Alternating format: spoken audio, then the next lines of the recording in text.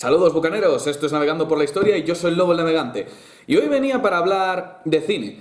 Quería comentar una película que podríamos considerar histórica, la famosa Troya, protagonizada por Brad Pitt. Esta película gozó con mucha popularidad en su tiempo y todavía hoy hay muchos que la consideran una gran representación de esa guerra que, si bien todavía hoy hay mucha gente que la considera un mito, hay pruebas arqueológicas que demuestran que sí que ocurrió en verdad. Sin embargo, como lo único que sabemos de esa guerra son los poemas que nos han llegado de Homero, la Ilíada y la Odisea, podemos deducir que las películas se basan también en el propio mito, puesto que de la guerra histórica solo podemos hacer suposiciones.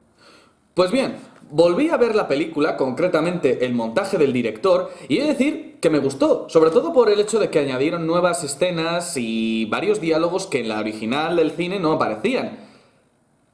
Pero... he de decir que al igual que me pasó con la primera vez que vi esta película en el cine, hay ciertas cosas que siguen sin gustarme, cosas que para mí destrozan la obra original y a los personajes que participan en ella. Y de esto es lo que trata este vídeo, de esos errores que considero que fueron garrafales a la hora de destrozar Troya como película. ¿Qué tipo de errores? Vamos a verlo.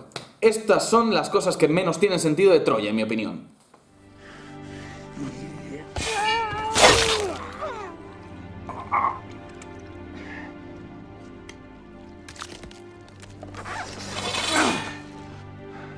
La muerte del rey de Esparta es la primera de las muertes sin sentido que hay en esta película, y creedme, la lista es larga. Si tenemos en cuenta que es el guión genérico de una película de Hollywood, estaba claro que Menelao iba a ser el Mindundi de esta película.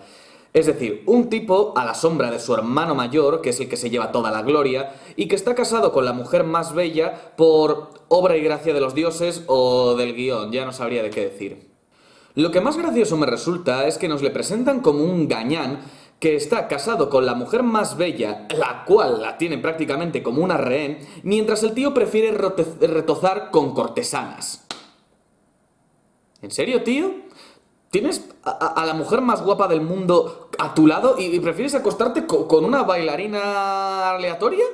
En contraste, el Menelao de la tradición homérica es un valiente guerrero que al ver su honor mancillado parte a la guerra contra aquellos que le ofendieron. Siempre muestra valor y destreza en el combate y es uno de los héroes que protege el cuerpo de Patroclo cuando éste cae a manos de Héctor.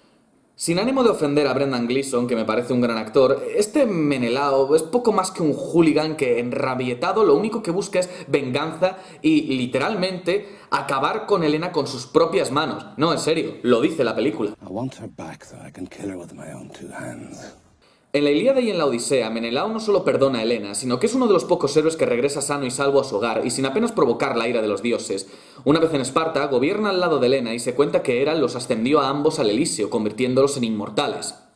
De hecho, en la antigua Esparta se hacían fiestas en honor a Helena, unas fiestas que estaban dedicadas a las propias mujeres. Hablando de feminismo. Pero en fin, volviendo al tema de la película, en esta Menelao muere a traición a manos de Héctor mientras está combatiendo en duelo contra el cobarde de Paris. Un final bastante patético para un personaje que, en mi opinión, merecía ser tratado con mucha más dignidad.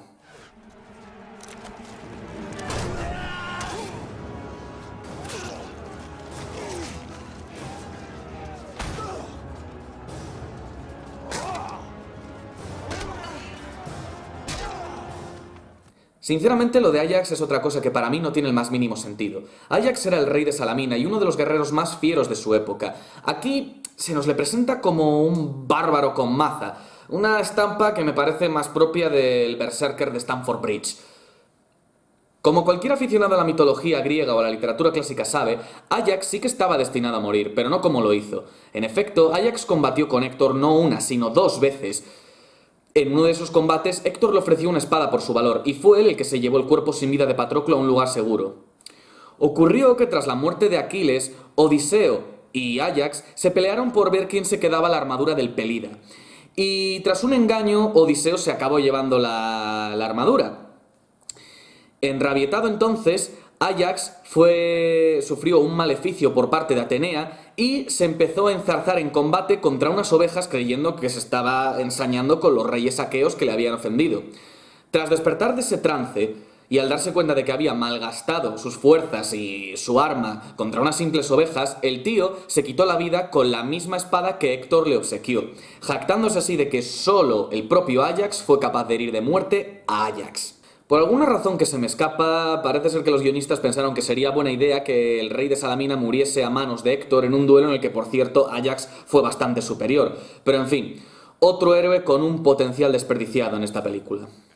La historia recuerda a los reyes, no a los soldados. Mañana derribaremos las puertas de Troya. Levantaré monumentos a la victoria en cada isla de Grecia. Haré que esculpan al gran Agamenón en piedra.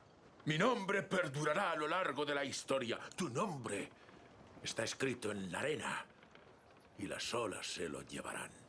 Si tenemos en cuenta que en esta película había que mostrar a Aquiles y a Héctor como los dos grandes héroes dechados de virtudes y a Paris hay que perdonárselo todo porque lo hace por amor, entonces, ¿quién nos queda para convertir en villano? Pues ¿quién sino el ambicioso rey de Micenas, Agamenón?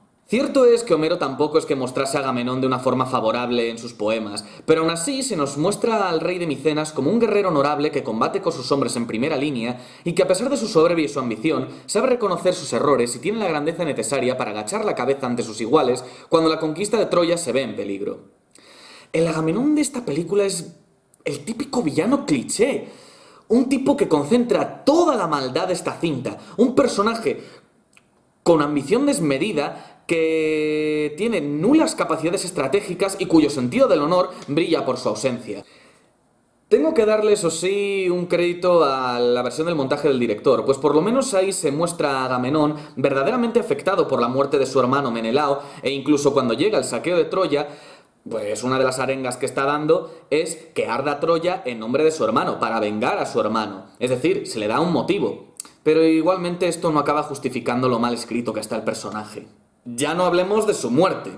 La muerte de Agamenón a manos de su esposa Clitemnestra y de la esclava troyana Casandra para vengar el sacrificio de su propia hija en nombre de Atenea es uno de los momentos más épicos del ciclo troyano. Aquí se soluciona todo con una puñalada de Briseida y a tomar por culo. ¡Bravo!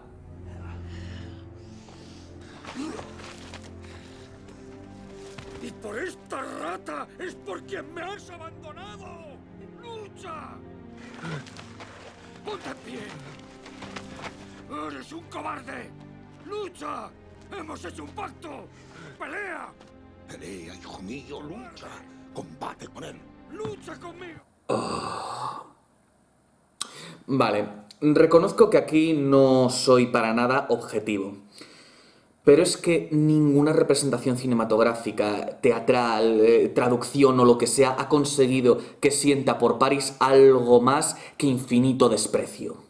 Y en ese sentido creo que puedo darle crédito a la película, pues consigue mostrar a Paris tal como lo representa Homero, como un tipo traicionero, cobarde, inmaduro, que no parece importarle lo más mínimo lo que está padeciendo su pueblo, con tal de llevarse su premio.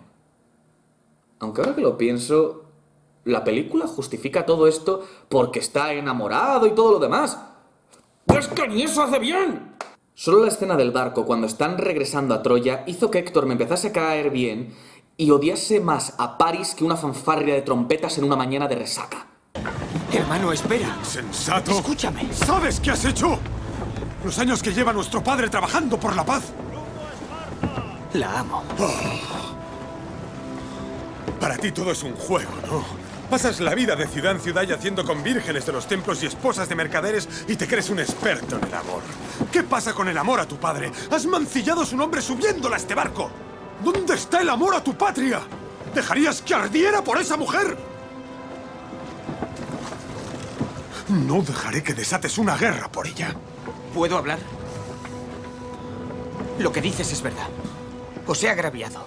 A ti y a nuestro padre. Si dispones que Helena vuelva a Esparta, lo acepto. Pero yo iré con ella. Ir a Esparta te matarán.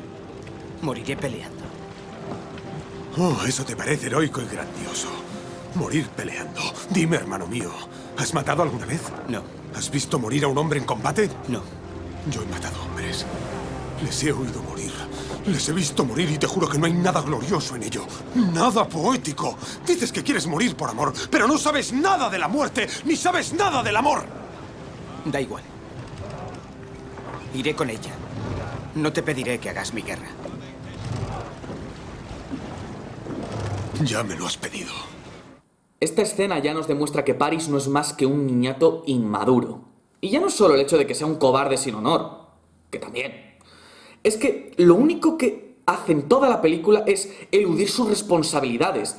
Y su mayor plan para salir airoso es escapar, fugarse con Elena. Y ya está. ¡Hala! A todos los demás que os den por el culo. Ahí os quedáis, suerte con los griegos. Pero, ¿qué actitud es esa para un puto príncipe? En esto le tengo que dar un crédito al personaje de Elena. Elena por lo menos muestra arrepentimiento por sus acciones. De hecho, llega un punto después de la primera batalla en la que intenta entregarse para que no sufra más gente. Y en el montaje del director hay una escena, justo antes de la gran batalla en la que muere de forma muy inexacta Agamenón, Menelao y tal, en la que la antigua reina de Esparta se está disculpando, sinceramente arrepentida ante Príamo por haber llevado la guerra a su hogar. Forgive me, Father, for bringing this. I blame you for nothing. Everything is in the hands of the gods. Solo por eso el personaje de Elena ya no me caía mal, no como este tarugo. Y por si fuera poco, en una de las últimas escenas, tras cargarse a Aquiles, al final se larga de Troya con Elena y el resto de refugiados troyanos. ¡Pero será hijo de la grandísima p***!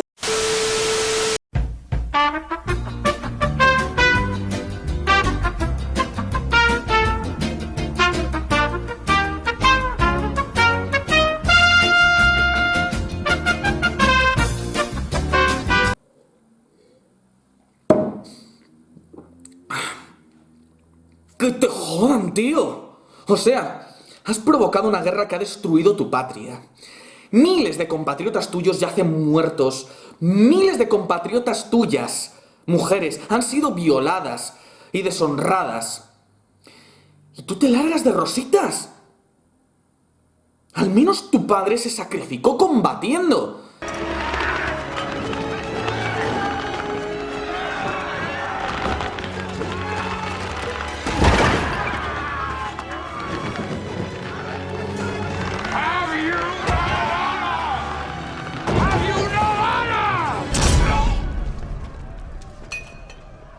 ¿Sabéis qué es lo que habría pasado de verdad con Paris en una época como esa en la que el honor era tan importante? Que los propios troyanos se le habrían cargado. Habrían sido los propios troyanos los que se le habrían cargado. O le habrían maldecido por ser un cobarde, porque eso es lo que es el personaje de Paris. Un sucio cobarde, una rata asquerosa.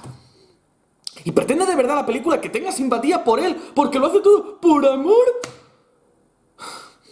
Esto es lo que me demuestra que los que hicieron esta película no tienen ni idea del sentido de la épica griega, ni tampoco de la mentalidad de esa época.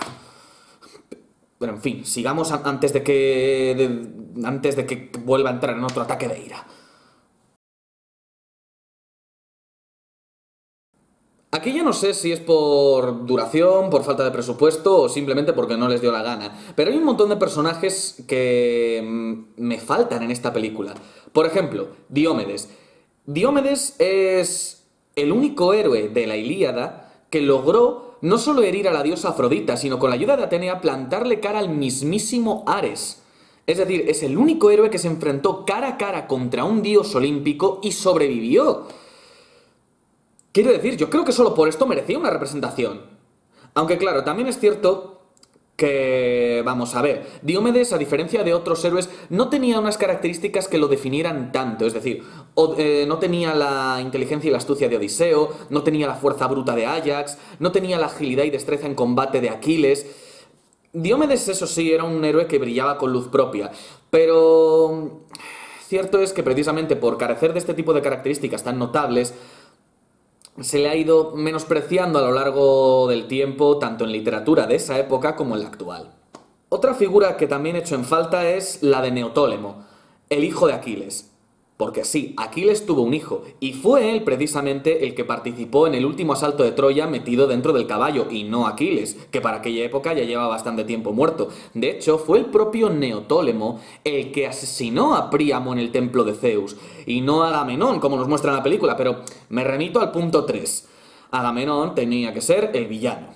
Pero lo que sí que no perdono es la ausencia de un personaje en concreto. La hija de Príamo, Casandra. En la película se nos muestra únicamente a dos hijos de Príamo, Héctor y Paris, pero resulta que según Homero, Príamo tuvo 50 hijos y 12 hijas. Madre mía, el currículum del miembro viril de este hombre debería entrar en un récord Guinness. Casandra en concreto tiene un papel bastante fundamental, pues ella nació con un don que a la vez era una maldición.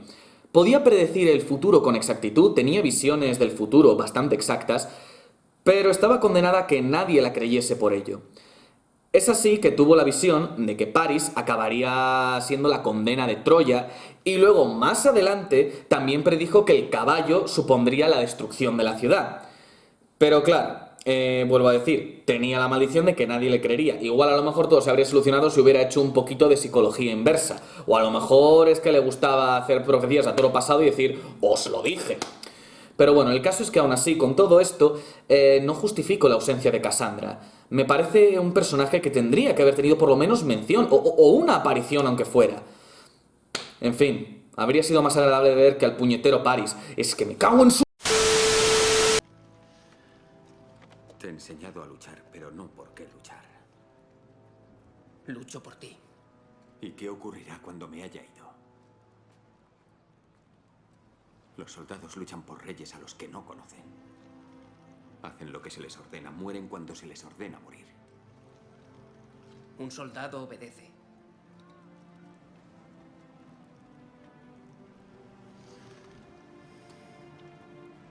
No desperdicies la vida obedeciendo a un loco.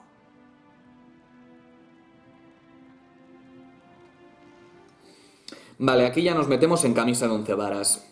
La relación entre Aquiles y Patroclo ha sido un tema que aún a día de hoy sigue causando bastante polémica entre historiadores, filólogos y amantes de la literatura en general. En la película se nos les presenta como si fueran primos. Esto creo que se debe a ciertos escritos de algunos autores clásicos en los que relacionan al padre de Aquiles, Peleo, con la madre de Patroclo, que era su sobrina o algo así. Bueno, en fin, no me voy a enrollar porque esto entonces sería más complicado que Juego de Tronos. Ciertamente la relación entre estos dos personajes era tan legendaria que cuando Alejandro Magno visitó las ruinas de Troya, él hizo ofrendas a la tumba de Aquiles, pues se consideraba su equivalente, mientras que su gran amigo Hefestión le hizo ofrendas a Patroclo. Por cierto, también se decía que entre Alejandro y Hefestión había algo más que amistad. Lo que sí que es cierto es que tampoco hay nada que nos indique en la Ilíada que Aquiles y Patroclo estaban metidos en algún tipo de relación de índole sexual, a pesar de versos como este. Canto 24. Concluyó el certamen y las huestes a las veloces naves marcharon en grupos y se dispersaron.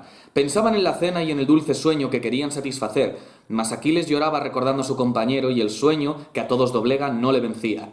Daba vueltas aquí y allá, añoreando la umbría de Patroclo y su noble ardor, todas las fatigas sufridas con él y los dolores padecidos a través de los combates guerreros y de las siniestras olas. Al recordar todo aquello, derramaba lozanas lágrimas, a veces echado de costado, a veces en cambio boca arriba y a veces boca abajo. Lo que tenemos que tener en cuenta es que, como bien dicen la gran mayoría de historiadores, los conceptos como heterosexualidad o homosexualidad no existían en la antigua Grecia. Para los griegos no era raro que un hombre que se acostaba con mujeres y tuviera esposa también se acostara con otros hombres. Lo cierto es que el concepto que tenían de belleza los griegos se extrapolaba tanto a hombres como a mujeres. Ellos apreciaban tanto la belleza masculina como la belleza femenina. Y es que de hecho nuestros cánones de belleza actuales nos vienen de los griegos, por mucho que digan las feministas de echarle culpas a patriarcados inexistentes o incluso hasta el capitalismo. Ya se intenta justificar con cualquier cosa. Pero entonces, ¿de dónde viene todo eso de poner a Aquiles y a Patroclo como amantes? Pues realmente todo esto viene de lectores y escritores posteriores de la época arcaica, clásica, helenística y más adelante.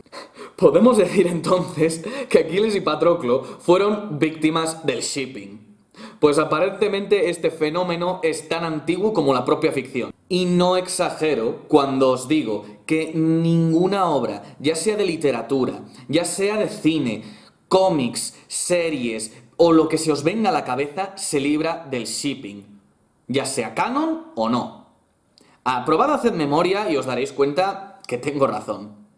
Ya no hablemos luego de las discusiones que se montan entre fans por esta pareja, o por estos tendrían que estar emparejados, o esto no debería ser así, o tal. Si llevamos 2500 años intentando deducir y debatir si Aquiles y Patroclo estaban liados, o solo eran amigos, o lo que sea, pues ¿cómo os extraña luego de que haya gente discutiendo de si el Capitán América y Iron Man tendrían que estar liados, o si Elsa, la de Frozen, tendría que tener una novia lesbiana o debería liarse con Jack Frost?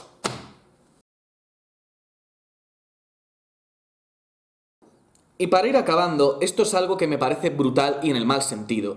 La presencia de los dioses olímpicos es algo esencial en las obras de Homero, y borrarlos de un plumazo es básicamente como si borraras el arco argumental de Snape en Harry Potter. Son precisamente los dioses quienes con sus tejemanejes acaban provocando en última instancia la guerra de Troya. De no haber sido porque Gea le pidió a Zeus que diezmara a la humanidad porque, cuan ecologista radical, creía que eran una plaga para su creación, Zeus no habría empezado un enrevesado plan para complacer a su abuela. De no haber sido por Eris, la diosa de la discordia y el caos, Atenea, Hera y Afrodita no se habrían peleado en la boda de Tetis y Peleo por ver quién era la más hermosa, cargándole más tarde el muerto a Paris, ganándose 2 enemigas inmortales de por vida. Fue Atenea quien guió la lanza de Aquiles en su duelo contra Héctor. Fue Febo Apolo quien guió la flecha de Paris que mató a Aquiles. Fue Poseidón quien maldijo a Odiseo con no volver a pisar Ítaca por la ofensa que le hizo tras la guerra. Y ya, yéndonos a la Eneida, fue Afrodita quien protegió y guió a su hijo Eneas para que escapara de la ciudad de Troya con vida. Y antes quiero aclarar una cosa. Sé que muchos no verían como algo justo que un dios o una diosa ayudaran al héroe de turno en sus misiones. Pero es que en la mentalidad de un griego de entonces, que un héroe o alguien recibiera una ayuda de un dios se consideraba el mayor de los honores. Pues esto hacía que este héroe o heroína estuviera bendecido por los mismísimos dioses, y teniendo en cuenta la personalidad de los dioses olímpicos, eso ya era un logro per se. De hecho, encontramos un pasaje similar en la épica sumeria en la que el héroe Gilgamesh con su amigo Enkidu logran acabar con la vida del gigante Umbaba con la ayuda de los dioses. Todo esto se debe en realidad a la mentalidad actual y es el error que comete prácticamente todo el mundo. No se puede juzgar los eventos del pasado y a la gente del pasado con la mentalidad del presente. Y sí, soy consciente de que muchos ven la ausencia de los dioses pues como darle un toque más realista a la película o incluso un toque más histórico. Pero me remito a lo que dije al principio. Si tenemos en cuenta que lo que nos ha llegado de la guerra de Troya son los poemas de Homero y es mitología, pues entonces se deduce que las adaptaciones se van a basar en las obras de Homero, puesto que de la guerra de Troya histórica no podemos hacer más que lucubraciones. Y la película no logra rellenar el vacío que dejan los dioses en la trama. ¿Pero todo en esta película es malo? Por supuesto que no. En mi opinión, la escenografía y el vestuario son geniales. Da la sensación de que de verdad estás viendo una estampa de la Edad del Bronce, a diferencia de otras versiones que se nos presentan atuendos más propios del periodo clásico. Los personajes de Héctor, Aquiles, Príamo y el propio Odiseo, interpretado por un Sean Bean que no se muere, me parece que están muy logrados. Son de los pocos con los que logras empatizar en esta película. El saqueo de Troya, sobre todo en el montaje del director, resulta brutal y duro. Y un breve cameo de Eneas al final, haciendo referencia a la Eneida y la futura fundación de Roma, es un guiño curioso. En lo personal, no considero a Troya una mala película, pero todo lo que he dicho antes, a mí, como amante de la cultura clásica y de la mitología griega, son cosas que hacen que no pueda llegar a disfrutar esta película al 100%. Aún así, no tengo reparo en decir que para mí esta película es un placer culpable que seguiré viendo a medida que pasen los años. Soy Lobo Navegante y nos vemos en el siguiente vídeo.